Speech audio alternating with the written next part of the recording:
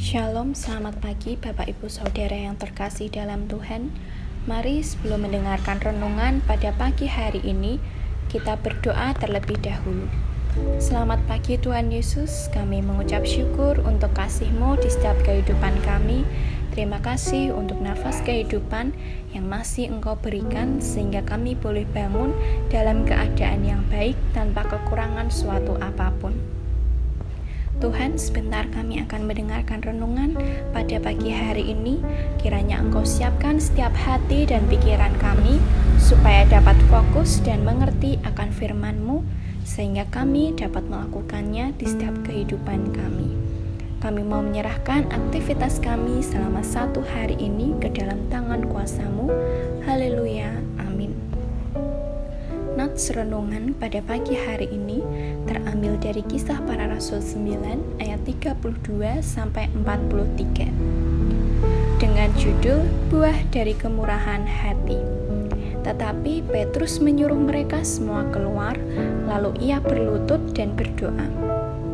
Kemudian ia berpaling ke mayat itu dan berkata, "Tabita, bangkitlah."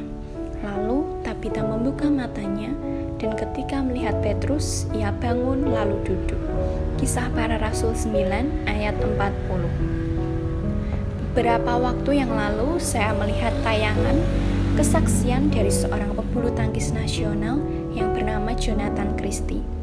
Dia bercerita bahwa ketika dia berhasil menjuarai kejuaraan dunia bulu tangkis, dia mendapatkan hadiah sebesar 1,8 M. Dia kemudian memberikan separuhnya atau 900 juta rupiah untuk memuliakan Tuhan. Padahal dia sebenarnya tahu bahwa dia seharusnya memberikan 1/10 dari hadiah yang diterimanya untuk Tuhan. Tetapi karena kemurahan hatinya, dia memilih untuk memberikan 50% untuk Tuhan. Ketika Tuhan meminta 10% dan Jonathan memberikan 50%, karena hal itu, Tuhan pun mengganti dengan berkali-kali lipat.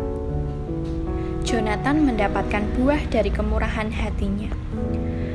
Dalam kitab Kisah Para Rasul 9 ayat 32 sampai 43 diceritakan bagaimana Rasul Petrus membuat mujizat dengan membangkitkan seorang yang bernama Dorcas. Di ayat 36 dikatakan bahwa Dorcas adalah seorang yang murah hati.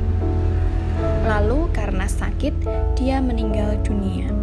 Tetapi karena iman dan kemurahan hati Dorcas, maka Tuhan Allah memberikan kesempatan hidup yang kedua bagi Dorcas dan dia hidup kembali.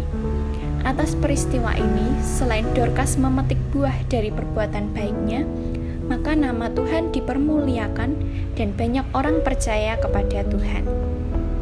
Melalui dua tokoh ini, baik Dorcas di masa lalu maupun Jonathan di masa sekarang, perbuatan baik dan kemurahan hati adalah suatu hal yang penting bagi orang percaya. Setia dan terus belajar untuk selalu berbuat baik dan bermurah hati. Karena dengan demikian kita akan memetik buahnya, yaitu berkat dan pemeliharaan Tuhan untuk hidup kita, dan nama Tuhan dipermuliakan dari setiap perbuatan baik dan kemurahan hati kita.